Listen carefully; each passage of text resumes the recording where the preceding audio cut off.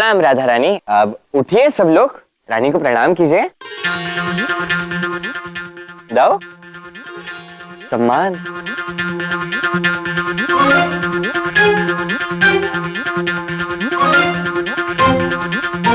सभा आरंभ हो रही है। जैसे कि हम सब जानते हैं कि हमें 500 बैलगाड़ी धान का ऋण चुकाना होगा, जिसके लिए हमें 1 माह के समय में पर्याप्त धन एकत्रित करना होगा। हमें कोई ऐसा समाधान खोजना होगा जिससे हमारे बड़ों को हम पर विश्वास हो जाए कि हमारे कर्तव्य का निर्वहन हम स्वयं करने के योग्य हैं। राधा रानी, मेरे विचार से हमें, और मेरे पास एक हल है। तो तुम्हारे पास पहले से ही हल था?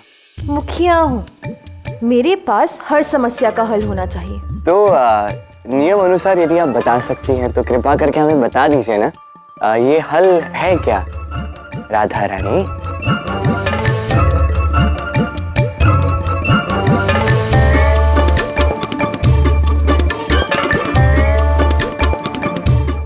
आइए सब मेरे साथ।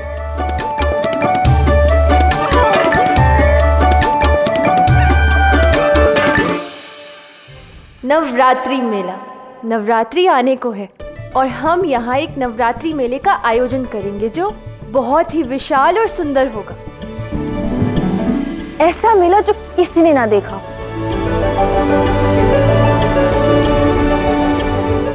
अच्छा, यदि हम कोई ऐसा मेला बनाएंगे जो कभी किसी ने देखा ही ना हो, तो भला उस मेले को देखने लोग क्यों आएंगे? ये केवल एक मुहावरा है कृष्ण। अच्छा, ऐसी बात है। वो क्या है कि अधिक समझदारी वाली बातें ना मेरे दिमाग में घुसती ही नहीं है। आप बोलिए। किंतु राधा, इस मेले में होगा क्या? वाह, बहुत अच्छा प्रश्न पूछा है आपने दाऊ। वाह, क्या प्रश्न पूछा है आपने दाऊ, अद्भुत। तालियां बजाओ।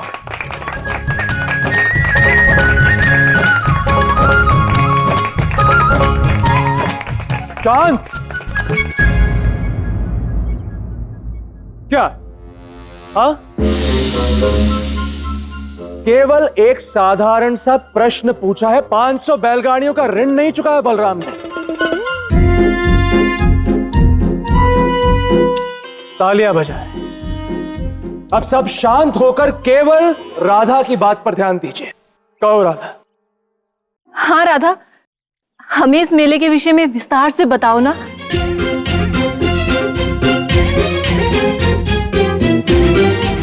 लो, फिर तुम्हारी राधा राधा से राधा रानी बन गई। मुखिया,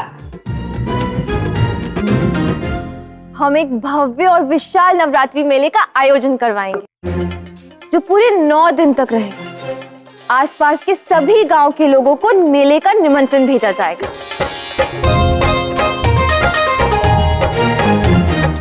इस मेले में नृत्य होगा, प्रस्तुतियां होंगी, प्रतियोगिताएं होंगी। विभिन्न स्थानों की प्रसिद्ध वस्तुओं का हाट लगाया जाएगा। स्वादिष्ट व्यंजन और पकवानों का हाट होगा और हमारे रसोई ऐसे ऐसे व्यंजन बनाएंगे जो ना कभी किसी ने देखे हो ना चखे हो।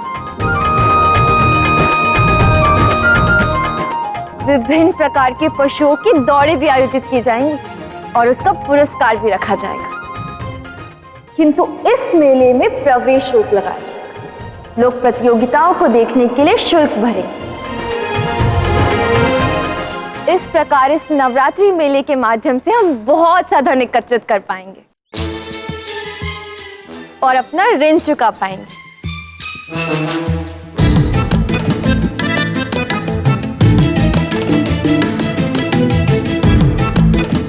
क्या हुआ?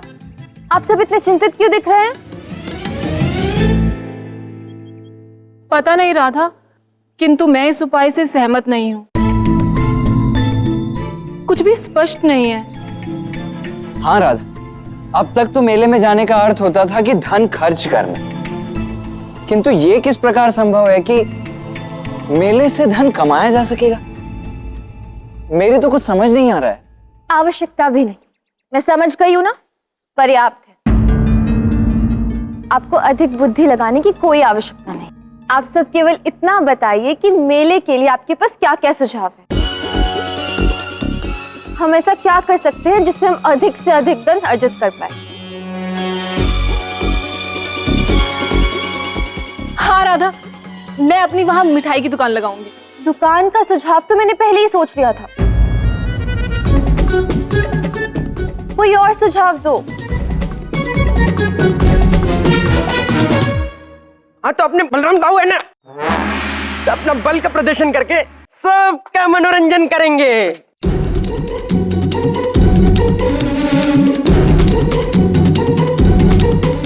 वो तो मैंने कहा ना कि मनोरंजक प्रस्तुतियां रखेंगे। ये सब तो मैंने पहले ही सोच लिया है, कुछ नया बताओ। दो, अब नया उपाय दो। अरे शांत हो जाओ, शांत हो जाओ। नया उपाय। ठीक है ना, शांत हो जाओ, समझने का प्रयास तो करो। ईश्वर का धन्यवाद कहो, राधा रानी जैसी मुखिया है। अरे सब सोच लिया है पहले ही, हमें कुछ सोचने की आवश्यकता ही नहीं है। समझ रहे हो, हमें केवल राधा रानी के निर्देशन का अक्षरशः अनुसरण करना है, बस। इतना तो सरल है। राधा रानी ने कहा धक्का तका, हम क्या करेंगे? धक्का तका, है ना राधा रानी? हाँ, बिल्कुल सही कहा कृष्ण। राधा, एक बार पुनः सोचो, कहीं नवरात्रि के इस मेले में बदलाव करके हम कोई भूल तो नहीं कर रहे हैं ना? आइए दाऊ, आप केवल बल का प्रयोग कीजिए। मैं बुद्धि लगा रही हूँ ना? हाँ,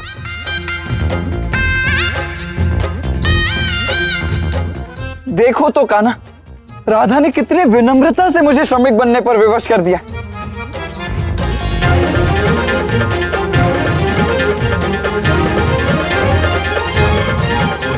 ठीक है राधा, जब भी तुम्हें मेरी आवश्यकता पड़े तो मुझे बुला लेना।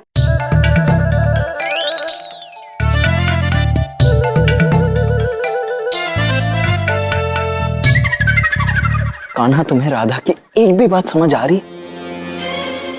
वो किसी की सुन ही नहीं रही है, उसके मन में जो आ रहा है वो वही कर रही। अरे मुझे ये समझ में नहीं आ रहा है कि जब किसी की सुननी ही नहीं तो ये सभा बुलाई ही क्यों? क्यों बुलाई?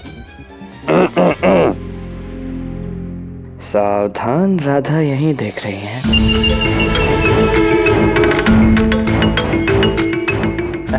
अरे वाह, कितना अच्छा है। उपहास कर रहे हो।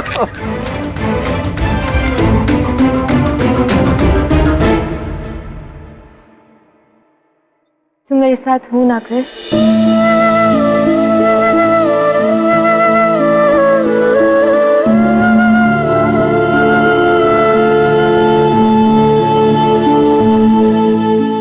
मैं सदैव तुम्हारे साथ हो रहा था। ये क्या कह रहे हो कान्हा?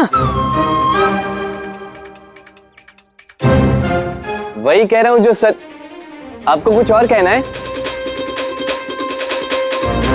अब मौन रहिए दाऊ, राधा की डांट खानी है क्या? हाँ में हाँ मिलाओ बस। अरे नहीं नहीं, मेरे कहने का तात्पर्य ये है कि केवल तुम ही क्यों, हम सब साथ देंगे ना राधा का, हम सब साथ हैं राधा के।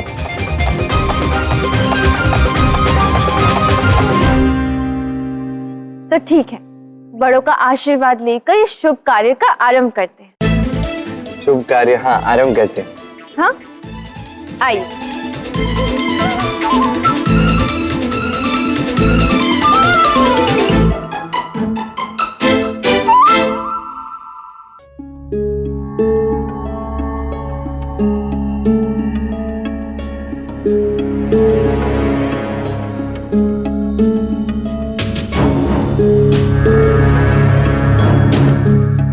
तुम्हारा विकल्प तो उचित है राधा, किंतु नवरात्रि के मेले के बारे में ना तो कभी सुना है और ना ही कभी देखा है। और इसलिए तो आसपास के सारे गांव के लोग इस नवरात्रि के मेले में आएंगे ना काका।